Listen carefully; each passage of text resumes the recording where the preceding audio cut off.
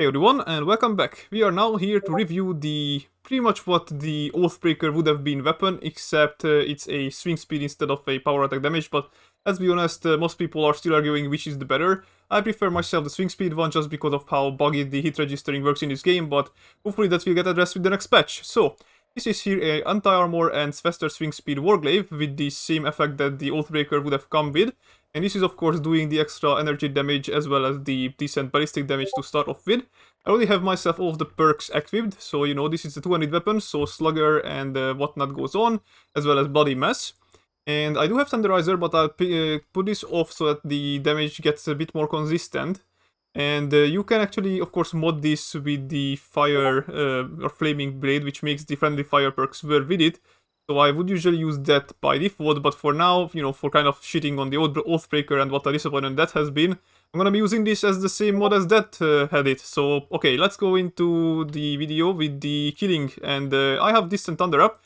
I'm gonna go and smack some Scourge and see how we do there. Alright, we're powered up, and let's go into smacking stuff. Got quite a few Scorched rounds, so that should give us plenty of opportunities to see what this thing can do. And that's easily a one-shot. Of course, running up people is much easier than just swinging at them, but even with just regular swing, it's definitely one-shotting everything. I mean, Scorched aren't the toughest enemies, but you know, it's still a nice little thing to see that they go down without much issue. That's a bit better. There you go, and they didn't go up with one swing. That's interesting.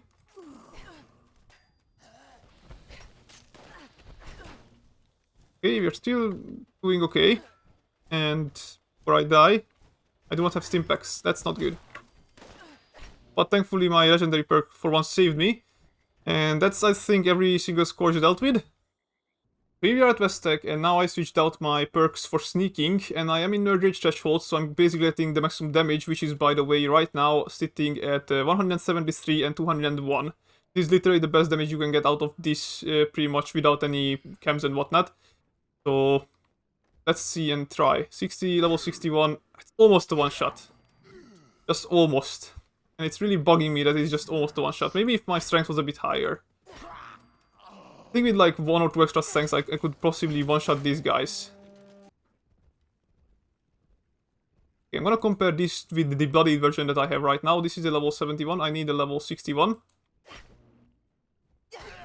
I can one-shot a level 61 with the bloodied one at least, so it looks like at this amount of bloodied threshold I am out-damaging the Anti Armour one with the bloodied. So at least that's good to know that bloodied can still have the edge at certain situations if you're willing to, you know, go that far. Okay. Apparently that was a detection, and then what wasn't a detection. At least, you know, power attacks can still do the job properly. There you go. Power attack does help. Also, I'm now endangered, so that's not helpful. Level 100 can be one-shotted with a power attack, so that at least that's nice, you know, that's something.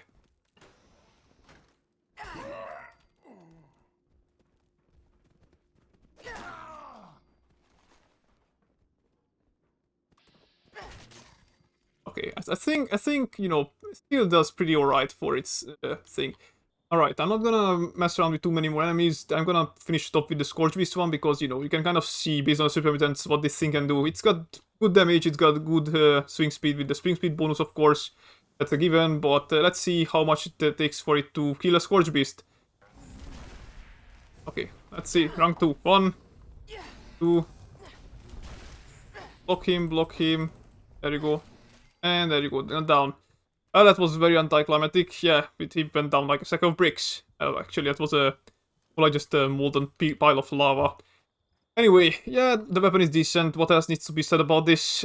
It's really hard to get, of course, because, you know, the way you get these weapons is just ridiculously hard and RNG based, so good luck finding anything like this. Of course, the Bloodied will be still the best, but, you know, this is holding itself up well, and this is less of a disappointment than the Oathbreaker was, so yeah, anyway, thank you Bethesda for not giving us this. I mean, it's still not overpowered. Like, I still don't understand why they decided to make the Oathbreaker a suppressor weapon instead of a Anti Armour weapon, because at least this one can pack a punch if you know, use the power attack damage on it, but whatever.